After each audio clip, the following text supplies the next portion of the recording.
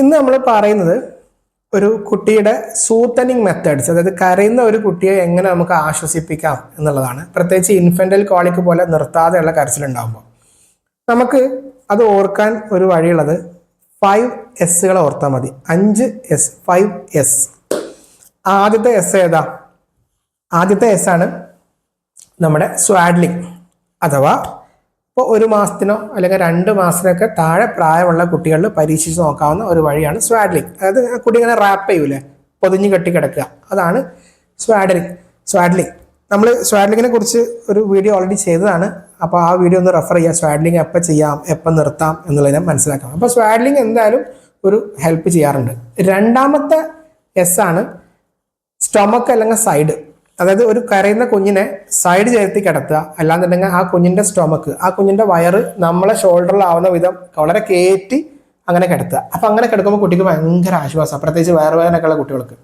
അപ്പൊ അത്രയും മേലേക്ക്, ഇപ്പൊ ഈ ഷോൾഡറിലായിരിക്കണം കുഞ്ഞിന്റെ വയറ് കിടക്കേണ്ടത്. അപ്പൊ അത്രയും മേലോട്ട് കിടത്തുക, ശരിക്കും നിങ്ങൾ പിടിക്കണം, അങ്ങനെ കിടത്തുക. അതുപോലെ അല്ലെങ്കിൽ പിന്നെ നിങ്ങളെ കയ്യിൽ വയറ് വരുന്ന രൂപത്തിൽ കിടത്തിയാലും മതി. അതുപോലെ തന്നെ സൈഡ് ചേർത്തി കുറച്ചു നേരം കിടത്തുക. അതൊന്ന് ഉറക്കാൻ കിടത്തുന്ന രൂപം അതല്ലല്ലോ പറഞ്ഞത്.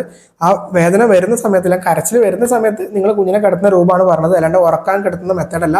സൈഡ് കിടത്തി സൈഡ് കിടത്തി ഉറക്കലൊന്നും ഹൈലി അൺസേഫ് ആണ്, ഒഴിവാക്കേണ്ടതാണ്. ഞാൻ പറയുന്നത് വേദന വരുന്ന സമയത്ത് മാത്രമുള്ള കാര്യമാണ് പറയുന്നത്.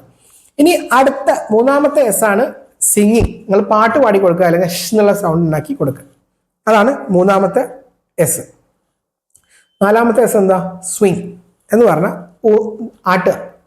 അത് അവിടെ പ്രത്യേകം ശ്രദ്ധിക്കണം, വളരെ ജെന്റിലായിരിക്കണം, വളരെ പതിയായിരിക്കണം. സ്പീഡിലിട്ട് ആട്ടിക്കഴിഞ്ഞാൽ കുട്ടിയുടെ തലച്ചോറ് ഇളകി ഷെയ്ക്കൻ ബേബി സിൻഡ്രോം വരും, പാടില്ല.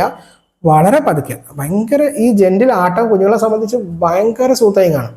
നിങ്ങൾ പലപ്പോഴും ശ്രദ്ധിച്ചിട്ടുണ്ടാവും, കുട്ടി കയ്യിലിട്ട് ആട്ടിക്കഴിഞ്ഞാൽ ഉറങ്ങും, താഴെ വെച്ചാൽ അപ്പം ഉണരും. നിങ്ങൾ പലപ്പോഴും അനുഭവിച്ച കാര്യമല്ലേ? സ്വാഭാവികമാണ്, കാരണം അവർക്ക് ഈ ആട്ടൽ എന്ന് പറയുന്നത് ഭയങ്കര ഇഷ്ടമുള്ള കാര്യമാണ്. അപ്പോൾ ഒരു പരിധി വരെ ഈ കരച്ചിൽ നിർത്താൻ അത് സഹായമാകുന്ന ഒന്നാണ് ഈ സ്വിങ്. അടുത്ത എസ് ആണ് സക്കിങ്. എന്താണ് സക്കിങ് കൊണ്ട് ഉദ്ദേശിക്കുന്നത്?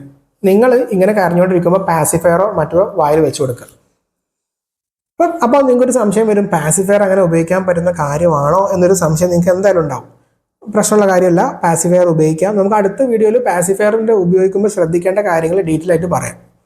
അപ്പോൾ അടുത്ത 5ാമത്തെ കാര്യമാണ് പാസിഫയർ. അപ്പോൾ ഈ 5 കാര്യങ്ങൾ നിങ്ങൾ ട്രൈ ചെയ്ത് നോക്കിക്കഴിഞ്ഞാൽ ഒരു പക്ഷേ ഒരു എക്സസീവായിട്ട് കരയുന്ന കുഞ്ഞിനെ ഒന്ന് കൺട്രോൾ ചെയ്യാൻ പറ്റിയേക്കും. അപ്പോൾ ഇതാണ് സൂത്തനിങ് മെത്തേഡ്സ്.